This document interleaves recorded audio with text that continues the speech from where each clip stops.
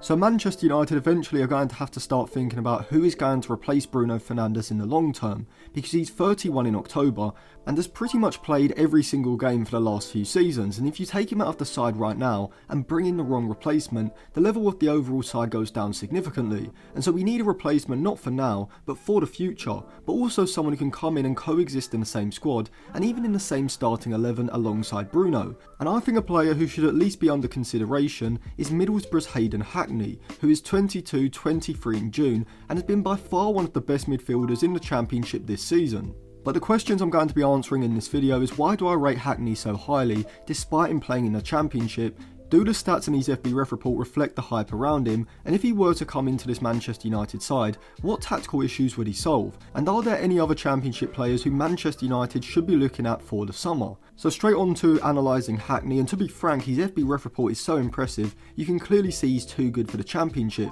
but I'll show you that in just a moment. But from the eye test, the two key attributes that Hackney has that tells me that he could be a top level player is his incisive passing and his ability to thread through balls. Because if you watch Hackney play, he does resemble Bruno Fernandes in how comfortable he is when he's dropping deep to receive the ball to feet, and then taking the responsibility upon himself to play those risky but necessary passes. And this usually comes in the form of shaping like he's going to play an easy pass to circulate the ball wide before closing his hips on the ball and threading a pass between the lines, progressing the ball in behind the opposition's midfield line. And when you look at Hackney's FB ref report, you can see how good his passing is. But before I show you that, a quick reminder, if you do want to pick up any cheap, good quality football jerseys, go over to dragonjersey.com. They've got a variety of different current season and retro jerseys, with this 2008-2009 Barcelona jersey from the year that Pep won his first Champions League being one of my favourites on the site. Depending on where you live, you can get 7 to 12 day delivery time, as well as a 30-day money back guarantee. But if you do want to check out any of the details before you buy, their WhatsApp and email are also on the site. If you use code Atlantis at checkout, you'll get a 10% discount for a limited time, so I'll leave it linked in the description and in the comment section below. So in the Championship this season, you can see that Hackney is undeniably one of the best progressive passers in the league, ranking in the top 1% for his progressive passes and his passes into the final third, the 96th percentile for his passes into the penalty area, and the 92nd percentile for his through balls, whilst also ranking around the 80th percentile or higher for pretty much every other important passing metric, alongside being a high volume passer in general. And his ability to progress the ball from in front of the opposition's defensive shape to between the lines and even out wide in advanced positions is why I think Hackney is perfect to come in and play as an understudy to Bruno Fernandes next season, with him being lined up as his long-term successor. And this is because he offers something different to both Mainu and Agate, being someone who can get on the ball and dictate from deep, playing the role of a deeper line playmaker, as we've seen Bruno Fernandes playing in recent months in Amorim's midfield double pivot. But what makes Hackney more than just an average Premier League central midfielder who is thriving in the Championship, and someone who I believe could break into the England squad for Euro 2028, or maybe even earlier for the 2026 World Cup, is that his skill set in possession is so complete. He isn't just a passer, but also someone who is press resistant, comfortable receiving the ball under pressure with his back to goal, and like Frankie de Jong, obviously not to the same level, he has the ability to twist and turn, drop a shoulder and then drive into the space, which alongside his passing ability gives him multiple ways of progressing the ball forward. Now out of possession, Hackney isn't exactly a João Neves, who's a ball winner, a deeper line playmaker and a ball carrier all in one, but he covers ground efficiently, can put in a tackle well, and all round, whilst he certainly isn't an Agate or Edison level of a ball winner, he's more than capable of holding his own in a midfield double pivot in the Premier League. Now in terms of price, Hackney does have a contract at Middlesbrough until 2027, and I have seen multiple reports that Middlesbrough's asking price would be anywhere between 15 to 25 million pounds, and so I think if United could get him for between 18 to maybe like 20 million pounds, maybe with some speculative long-term add-ons included, then signing Hayden Hackney would be an excellent deal. I don't think he comes into the starting 11 and displaces either Bruno Fernandes or Mainu straight away, but his skill set is versatile enough that he'd be able to play alongside Agate in a midfield double pivot, with one of Mainu or Bruno ahead in the interior forward position, or alongside Hackney and Agate in a midfield three. And considering United could probably get around 10 to 12 million pounds for Toby Collier, or maybe even include him in the actual deal, Hackney would come in as an upgrade on Christian Eriksen, improving United's squad depth quality. Yes, you may say that he's only playing in the Championship and the Premier League is a big jump, which is definitely true, but from the eye test and the stats you can clearly see that Hackney is ready for that move up, and considering his age profile, skill set and the price, there aren't going to be too many better options on the market in my opinion. And with Hayden Hackney coming in and Sekou Kone being promoted, and players like Jim Thwaites, Tyler Fletcher and Jacob Devaney in the background, I think United would have massively improved on Collier and Eriksson with this deal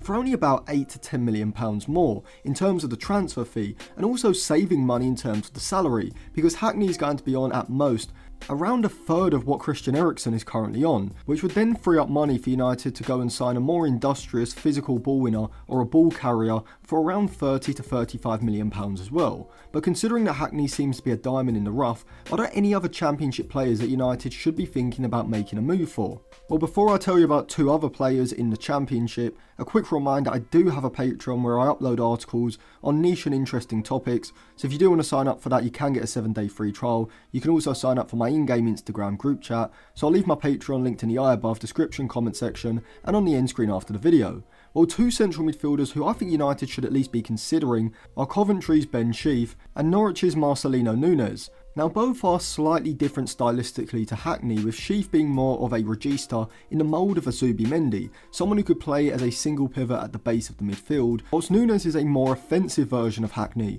but I don't think he's as good as a Middlesbrough man when it comes to playing incisive passes through the centre of the pitch, with his specialty being his switches of play from deeper positions, but also his creativity further up the pitch, which you'll see in just a minute when we look at Sheaf and Nunez's FB ref reports. Sheaf would come in as someone who could be an alternative to Agate. Now overall Agate is definitely the better player, but Sheaf is superior in certain areas, certainly in possession where Sheaf would improve United's ability to play out of pressure during the build-up phase, being astute at creating angles for the goalkeeper or centre-backs to split the forward line press, whilst also being very comfortable when receiving the ball with his back to goal, and then using intricate and incisive passes to then break the lines of the midfield press. And of the three, Sheaf is probably the most complete once you factor in both in and out of possession, as when you look at his FB ref report you can see that in the Championship he's an absolute monster when it comes to his progressive passing, sitting in the mid 90th percentiles for his progressive passes and passes into the final third, as well as the 85th percentile for his passes into the penalty area. He doesn't quite have the same eye for a killer through ball in the way that Hackney does, and whilst I wouldn't say he's as good as Hackney in terms of his ball carrying ability or his press resistance when needing to drop a shoulder and turn out of pressure, his tall build and athleticism does kind of remind me of Declan Rice, as despite primarily being someone who progresses the ball via his passing from deep, as his ball carrying metrics show, he does have the ability to eat up ground efficiently when driving into space with the ball at his feet, and defensively I'd probably say that Sheaf is the best of the three, being someone who's similar to Boudaoui and Ederson, who I mentioned in previous videos, which I'll leave linked in the eye above, could work well when sitting behind the ball in the rest defence, and using his athleticism, physicality and tough tackling to shuttle across on the recovery and break up counter-attacks before they get into a dangerous position. You could consider Nunez a blend of both Sheaf and Hackney, not being as good defensively as Sheaf, as I don't think he has the same defensive awareness or reading of the game that a Coventry man has, which is reflected in his low amount of interceptions completed, but he does have that South American tenacious front foot defending style, which leads to him being an incredibly high volume tackler, as seen by the fact that he ranks in the top 2 and 4% for his dribblers tackled and challenged respectively. I think all three would aid United in the build-up phase if you put them into the midfield, and actually be an improvement on Agate in terms of playing out of pressure with 1 and 2 touch bounce passes around the corner and finding incisive passes to split the midfield in the middle third, but Nunez doesn't have the same athletic ball carrying ability as either Hackney or Sheaf, although he does make up for this by being by far the superior creatively in the final third, ranking in the low to mid 90th percentiles for his XG assisted, expected assists and key passes, alongside not just being a superior goal threat to those two, but one of the best goal scoring midfielders in the Championship, ranking in the mid 90th percentiles for both his non-penalty goals and non-penalty XG. And so what Nunez lacks in terms of his athletic ball carrying ability, defensive awareness and reading of the game, he certainly makes for in terms of his creative output. And so in short, Ben Sheaf would be a player that would kind of play that Agate role, but would be a stylistic alternative who offers more in the build-up phase, whilst Hackney and Nunez initially would come in as a Christian Eriksen replacement and potentially a long-term Bruno Fernandes replacement, playing a more creative role than Ben Sheaf in the midfield. But I think of the three, Hackney is definitely the best option, as I think on current ability he's the best and he has the highest potential, and not just because he's the youngest, but also because already his incisive passing ability and press resistance tells me that he could come into the Premier League next season and not look out of place in a side like United, maybe not as a starter every week, but definitely as an alternative behind Mainu and Bruno Fernandes. But after a year or so of adaptation, I could definitely see him developing into one of the best central midfielders in the league. And whilst all three would be reasonably priced, likely costing somewhere in the region of 15 to 20 million pounds, Hackney's age profile, current and potential ability, in my eyes makes him the best deal of the three. So let me know who you prefer out of the three, and if you do want to check out any cheap, good quality football jerseys, go over to Dragon Jersey. You can also use code Atlantis at checkout to get a discount. I'll leave it linked in the description and comment section below. And if you do want to sign up to my Patreon to read my articles, you can get a 7-day free trial, or sign up to the group chat and get that included as well. I'll leave it on the end screen now alongside another video.